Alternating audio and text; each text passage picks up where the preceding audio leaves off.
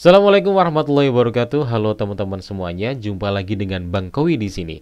Dan di video kali ini, Bang Kowi akan membagikan tips dan trik untuk lolos di seleksi CASN, baik itu seleksi CPNS maupun P3K. Kenapa Bang Kowi membagikan tips dan trik ini? Karena belajar aja nggak cukup loh. Mungkin teman-teman juga udah pernah melihat orang-orang di sekitar teman-teman yang mereka itu belajarnya udah sangat banyak, udah sangat siap, udah sangat mantep, tetapi mereka tetap aja gagal karena memang belajar itu bukan satu-satunya cara. Jadi cara ya untuk menghadapi seleksi itu sangat kompleks. Nah, di sini Bang Kowi akan membagikan tips dan triknya untuk teman-teman semuanya agar bisa membuat teman-teman nanti mempersiapkan diri menghadapi seleksi CASN, khususnya CPNS dan juga P3K. Baik, langsung aja mari kita bahas. Nah, jadi di sini kalau bisa dilihat di layar ya, jadi Bang Kowi sudah menyimpulkan ada 3 komponen utama yang bisa membuat teman-teman nanti lancar ketika menghadapi seleksi. Bang Kawi menyebutnya dengan istilah 3 pilar sukses seleksi. Pilar yang pertama adalah pilar realistis, yang kedua spiritualis, dan yang ketiga mentalis. Kalau dari nama-namanya udah jelas nih. Kalau realistis otomatis ini persiapan yang berhubungan dengan hal-hal yang logis ya. Jadi otomatis berhubungan dengan belajar dan lain sebagainya. Kalau spiritualis ini berhubungan dengan ya unsur-unsur spiritual kita, keagamaan kita, berbuat baik, berdoa dan beribadah lebih khusyuk dan lain sebagainya ya. Dan mentalis ini adalah berhubungan dengan pola pikir kita. Jadi belajar aja nggak cukup ya, belajar aja nggak cukup, tapi juga ada hal lain yang harus diperhatikan. Nah, kira-kira pembahasan lebih detailnya bagaimana? Kita bahas dulu untuk yang pertama, yaitu pilar realistis. Nah, yang pertama yang perlu teman-teman lakukan di sini adalah ketika seleksi, teman-teman harus paham ya, ada syarat dan persyaratan yang harus dipahami ketika seleksi. Ingat, seleksi CASN ini tidak langsung teman-teman melawan dengan tes-tes yang ada, tapi ada yang namanya seleksi administrasi, yang dimana di situ juga banyak peserta yang gagal tumbang terlebih dahulu di administrasi sebelum mereka menghadapi tes selanjutnya. Karena mereka kurang paham. Jadi teman-teman sebelum mengikuti ya harus paham dulu. Jadi harus pahami syarat dan persyaratan seleksi. Yang pertama, syarat administrasi ini harus dipahami. Kalau kita berkaca dari pengalaman kemarin itu banyak yang gagal gara-gara yang pertama, mereka terlalu menganggap enteng dalam pembuatan berkas otomatis. Salah satunya kemarin yang viral itu adalah pembuatan materai ya. Jadi ada beberapa surat berkas yang harus menggunakan materai. Mereka menggunakan materai digital, tapi bukan e-materai ya, tapi mereka mencari gambar di Google, kemudian di crop, kemudian ditaruh di surat-surat yang mereka scan. Itu ketahuan dan akhirnya nggak lolos. Jadi harus teman-teman bikin materainya ya materai yang beneran. Tapi untuk informasi saat ini kalau tidak salah CSN sekarang mengharuskan ya memakai e-materai. Nanti bagaimana caranya bisa dicek di BKN langsung karena BKN sudah menyediakan tutorialnya untuk menggunakan e-materai. Kemudian syarat formasi ini juga sangat penting. Ini banyak yang terjadi kemarin. Jadi dia itu lulusan S1, tapi formasi yang diambil SMA. Kemudian di administrasi yang dia lampirkan untuk ijazah, dia menggunakan S1. Nah itu gagal, nggak boleh karena yang diambil formasi SMA ya harusnya ijazah yang dilampirkan SMA, jangan S1. Kalau S1 ya otomatis nanti tumbang kawan-kawan. Jangan dipikir kok aku ngambil SMA, aku lampirkan S1 biar aku dianggap lebih mampu karena aku levelnya sudah strata 1. Jangan, itu namanya sudah menyalahi aturan administrasi ya. Jadi kalau formasi SMA yang diambil ya tetap SMA yang diajukan untuk ijazahnya, jangan S1. Pun juga untuk yang lainnya, misalnya menjadi formasi di S1 ya, jadi guru atau apapun itu, tapi yang dilampirkan S2, itu juga keliru, bisa gagal nanti. Jadi harus benar-benar paham formasinya. Ada lagi kemarin yang gagal gara-gara dia ngambil formasi cum laude ya, tapi dia tidak memperhatikan syarat untuk formasi cum laude itu untuk diperuntukkan kampus yang bagaimana. Dia benar nilainya cum laude, nilainya hampir perfect, kalau nggak salah 3,96, hampir perfect, kurang 4 itu udah jadi 4,00, sangat sempurna. Dia ambil formasi lulusan terbaik atau lulusan cum laude, tapi dia nggak baca bahwa syaratnya adalah untuk lulusan terbaik ini adalah untuk kampus yang terakreditasi A, kemudian fakultasnya atau prodinya juga akreditasi A. Nah, masalahnya kampus dia dan akred dia itu B. Jadi akred kampus dan akred prodi dia B, otomatis dia tumbang. Jadi teman-teman harus paham. Kemudian syarat instansi ini juga banyak. Kemarin mereka asal apa ya, sporadis saja ngambil jurusan. Misalnya mereka ambil jurusan apa ya, komunikasi. Tapi komunikasi ini ternyata di Kominfo misalnya ya. Tapi di informasi Kominfo tidak ada kualifikasi yang sesuai dengan strata satu mereka. Jadi akhirnya ya mereka tumbang. Jadi untuk lebih paham ini instansi ya nanti teman-teman bisa langsung berkunjung ke website instansi yang dituju. Di situ nanti dicek, dilihat kira-kira ada nggak yang membuka sesuai dengan informasi teman-teman. Nah ini yang pertama patut untuk dipahami agar tidak tumbang terlebih dahulu di seleksi administrasi ya. Nah berikutnya, bentar ini baterainya mau habis, kita charge dulu. Oke berikutnya ya. Oke kita lanjut ke berikutnya. Di masih realistis ya. Jadi ada yang namanya pelajari materi ujian sesuai kisi-kisi. Ingat, sesuai kisi-kisi. Jadi teman-teman jangan belajar secara sporadis. Kebanyakan yang gagal itu mereka asal belajar. Dapat soal dipelajari, dapat materi dari siapa dipelajari. Mereka asal belajar tidak melihat kisi-kisi. Akhirnya ya apa yang mereka pelajari banyak yang tidak keluar karena memang mereka belajarnya tidak disesuaikan dengan kisi-kisi. Jadi belajar sesuai kisi-kisi itu sangat penting sekali. Jadi jangan secara sporadis. Kemudian silakan ikuti bimbel online misalnya kalau ada kesempatan. Sekarang banyak banget di media online yang menyediakan bimbel pembelajaran yang terkait dengan CASN ya. Jadi silakan ikuti aja di situ. Ada yang gratis, ada yang berbayar. Silakan sesuaikan dengan kantong masing-masing. Ada juga yang belajar melalui YouTube aja juga bisa. Banyak YouTuber ASN yang membahas terkait persiapan CASN, termasuk salah satunya YouTube saya ini. Jadi itu juga bisa dipelajari. Salah satu aja dipilih, monggo, semuanya juga boleh. Ini salah satu bagian dari persiapan secara realistis. Kemudian berikutnya, ini persiapan berikutnya adalah latihan soal sebanyak mungkin ya. Jadi latihan soal ini sangat penting sekali ya kawan-kawan. Kenapa sangat penting? Karena agar kita lebih siap, lebih mantap dan tidak kaget nantinya ketika kita menghadapi seleksi yang sudah di depan mata ya. Jadi salah satu caranya bisa kita nanti belajar untuk mengerjakan soal-soal dari buku bank soal. Jadi kita beli buku yang isinya banyak soal dan sekaligus pembahasannya juga bisa. Kalau nggak punya uang ya tinggal cari aja di online karena sekarang banyak banget soal-soal tentang CPNS yang di online itu udah ada, udah banyak banget. Termasuk saya dulu ketika saya proses menjadi CPNS ya, seleksi CPNS dulu, saya belajarnya ya dari digital, dari internet. Jadi saya nggak ikut pembelajaran yang berbayar. Jadi saya lebih milih yang gratis saja. Saya cari soal di internet sesuai dengan kisi-kisi itu ya. Kemudian berikutnya yang harus kita lakukan adalah kita latih literasi kita. Jadi literasi untuk kita itu lebih mantap dalam mengolah waktu pengerjaan. Karena nanti otomatis kita sudah masuk di era literasi, otomatis nanti soal-soalnya adalah berbasis teks. Kalau teman-teman nggak terbiasa mengerjakan berbasis teks, teksnya panjang, otomatis teman-teman nggak akan membaca satu kali langsung paham. Teman-teman pasti akan butuh lebih dari satu kali dan itu sangat membuang waktu. Jadi literasinya harus diperkuat. Caranya ya biasakan membaca soal berbasis teks panjang, kemudian pahami pola atau cara membaca cepat. Jadi nanti ada triknya, nanti tinggal bagaimana solusinya, ada rumus-rumusnya. Nanti kapan-kapan kita bahas kalau kita udah masuk di pembahasan soal ya. Kemudian berikutnya masih di realistis.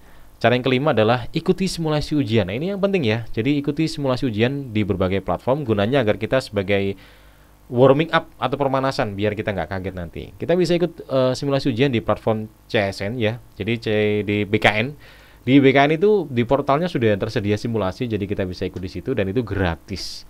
Kemudian kita juga bisa mengasah kemampuan kita dengan ikut tryout online dari berbagai kelas bimbel CSN online yang mengadakan banyak banget ya. Nanti tinggal dipilih aja. Kalau saya sih menyarankan mungkin bisa cukup di BKN aja, nanti ada simulasinya dan biasanya sih itu lebih akurat karena yang bikin pihak BKN sendiri.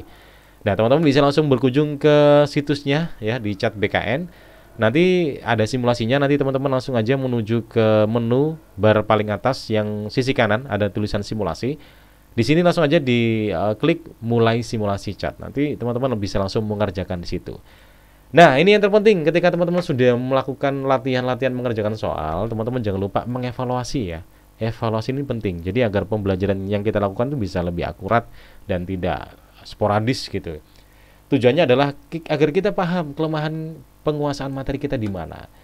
Jadi ketika kita sudah paham materi yang lebih lemah dari kemampuan kita itu yang mana, barulah kita asal lebih dalam materi yang masih lemah secara penguasaan. Jadi misalnya nih, ada TWK, ada TIU, ada TKP, dan yang paling lemah adalah TIU, ya udah, berarti belajarnya yang lebih di TIU, jangan di yang lain. Jadi yang lain porsinya dikurangi, kita fokus di TIU. Jadi jangan asal semuanya belajar banyak porsinya, nanti terkuras habis waktunya. Jadi kita lebih efektif aja kalau belajar.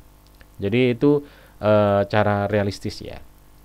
Nah, setelah realistis, setelah berhubungan dengan yang namanya belajar sesuatu persiapan yang berhubungan dengan logika, itu nggak cukup, kita perlu tambahan yang lain, yaitu asupan secara spiritualis, otomatis yang berhubungan dengan keyakinan kita terhadap hal-hal yang metafisikal lah ya, hal yang tidak bisa dilogis, bantuan-bantuan yang muncul dari hal supranatural, spiritualis atau keagamaan dan lain sebagainya ya. Nah, yang bisa kita lakukan di sini adalah tentu kita harus berbuat baik, karena berbuat baik itu adalah bagian dari memudahkan urusan orang lain. Karena kita yakin kalau kita sudah memudahkan urusan orang lain, maka Allah atau Tuhan akan memudahkan kita juga. Dengan harapan agar ketika kita sudah memudahkan orang lain, kita mendapatkan kemudahan balik. Mungkin dengan harapan datangnya dari soal yang kita kerjakan. Jadi soalnya bisa soal-soal yang mungkin sesuai dengan hasil belajar kita, sehingga ketika kita mengerjakannya kita merasa lebih mudah. Nah, itu salah satu timbal balik dari perbuatan baik kita. Atau juga dengan cara bersedekah, karena ingat sedekah itu dapat mencegah bala atau mencegah bencana. Dengan harapan mungkin bencana yang berupa keteledoran berpikir, rasa lupa, kemudian daya ingat yang lemah, atau mungkin soal-soal yang susah, itu bagi kita bencana. Tapi ketika kita bersedekah, akhirnya bencana itu tidak datang, sehingga kita dihadirkan dengan yang namanya ketenangan pikiran, daya ingat yang sangat mantap, kemudian soal-soal yang tipikalnya mudah sesuai dengan belajar kita, akhirnya kita bisa menyelesaikannya dengan lancar. Nah, itu jalan dari sedekah. Atau juga kita bisa melakukan yang namanya berdoa ya. Jadi otomatis doa itu sangat penting. Kita bisa berdoa di waktu-waktu mustajabah kalau bagi orang muslim ya. Atau juga bisa minta doa dari orang tua, karena doa orang tua itu adalah doa yang paling sakti, doa yang paling sakral dan paling mujarab bagi orang-orang agamis ya. Kemudian doa dari anak yatim juga perlu, doa dari keluarga, doa dari orang fakir, orang miskin, orang-orang yang lemah secara strata. Intinya kita doa dari berbagai pihak lah, jangan doa dari doa kita aja, kita juga perlu doa dari orang lain, karena kita nggak tahu doa mana yang akan diterima. Kita juga biasanya nggak pede dengan doa kita kan, jadi kita mending minta doa dari orang lain. Semuanya itu dilakukan, insya Allah bisa lebih memudahkan proses kita dalam menghadapi seleksi CSN.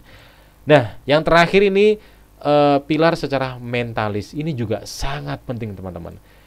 Karena pola pikir ini sangat berpengaruh bagi kesiapan kita. Sehebat apapun, selama apapun, sekuat apapun persiapan kita, tapi kalau mental kita ketika di pelaksanaan jatuh, kosong, kita tegang, maka semuanya akan hilang dan sia-sia belajar kita.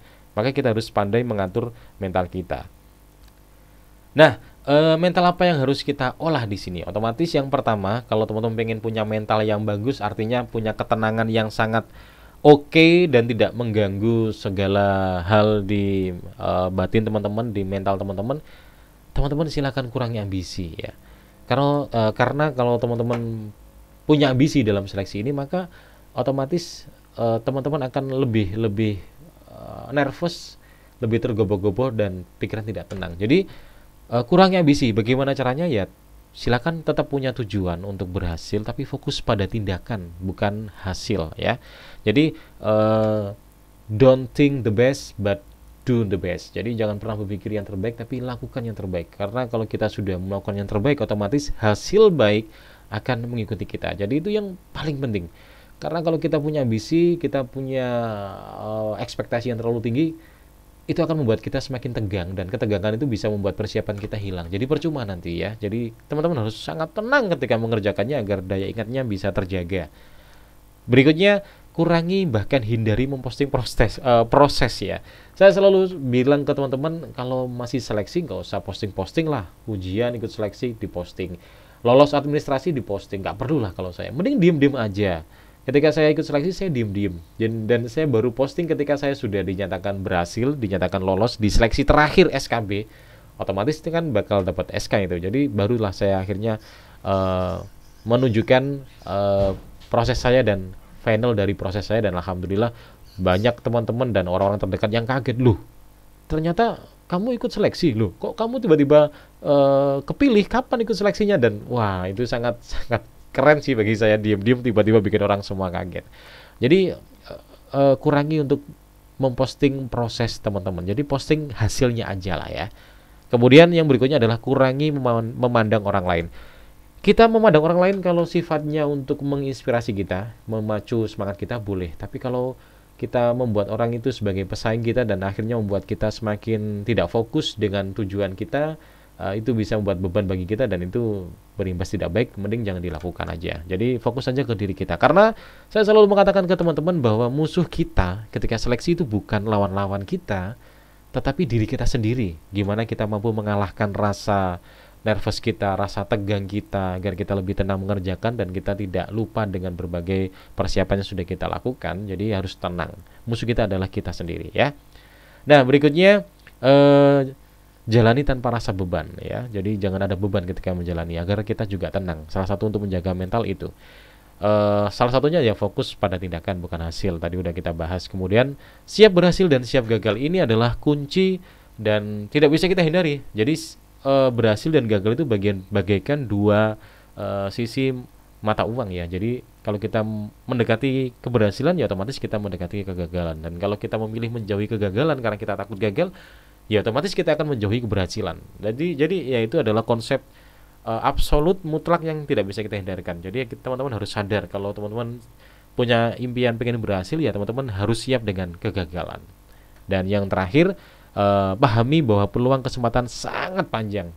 Jadi teman-teman yang tenang aja, relax. Misalnya nih, teman-teman belum waktunya berhasil di seleksi tahun ini, ya udah, tahun depan ikut lagi. Karena kan waktunya masih panjang.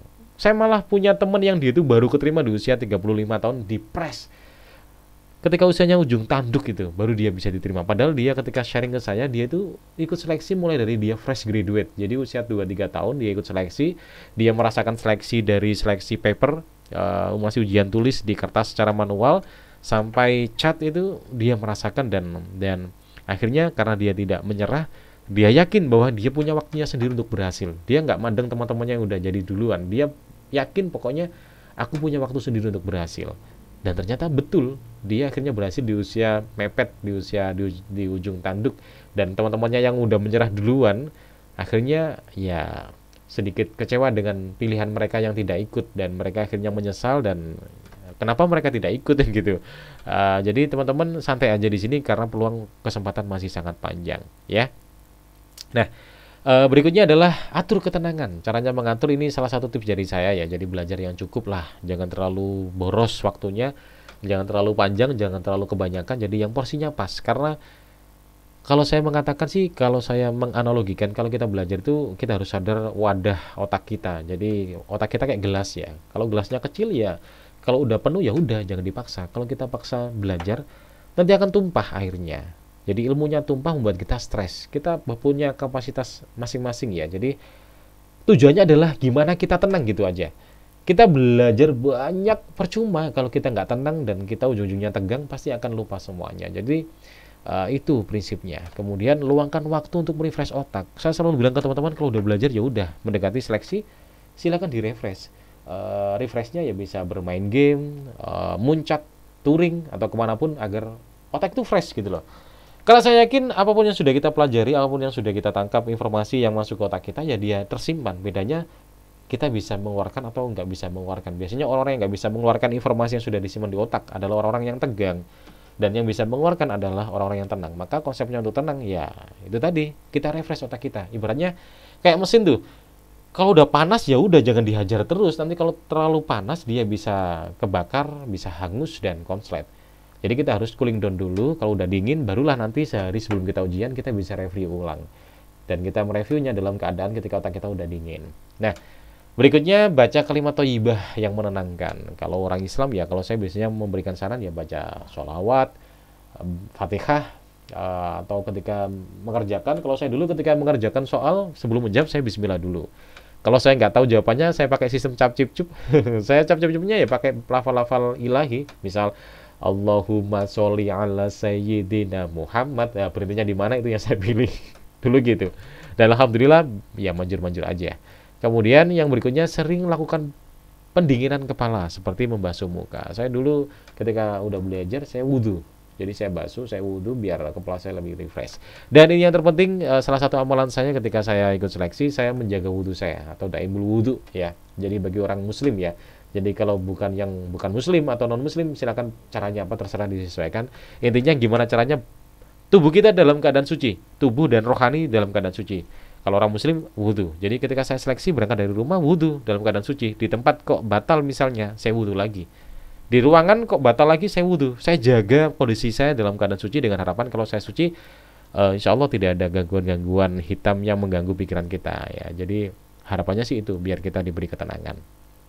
Nah, dan itulah 3 pilar yang bisa saya bagikan sebagai tips dan trik untuk lolos di seleksi CSN. Yaitu 3 pilar realistis, spiritualis, dan mentalis. Ini harus dijaga ya. Kalau ini udah dijaga, insya Allah teman-teman akan lancar lah menjalani prosesnya dan bisa mendapatkan hasil yang diharapkan. Jadi itulah teman-teman ya pembahasan terkait tips dan trik yang ada 3 pilar tadi. Ingat, pilar realistis, spiritualis, dan mentalis ini harus seimbang, harus didapetin ketiganya, harus dilakukan ikhtiarnya ya.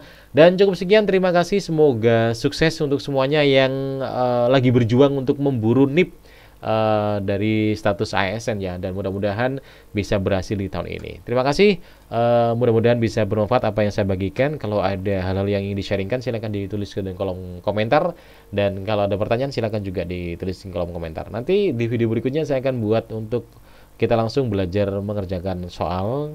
Kita belajar di tes SKD, TKP, TIU, dan TWK.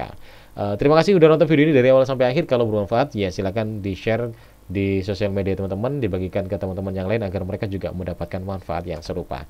Thank you semuanya dan terima kasih, sampai jumpa. Assalamualaikum warahmatullahi wabarakatuh.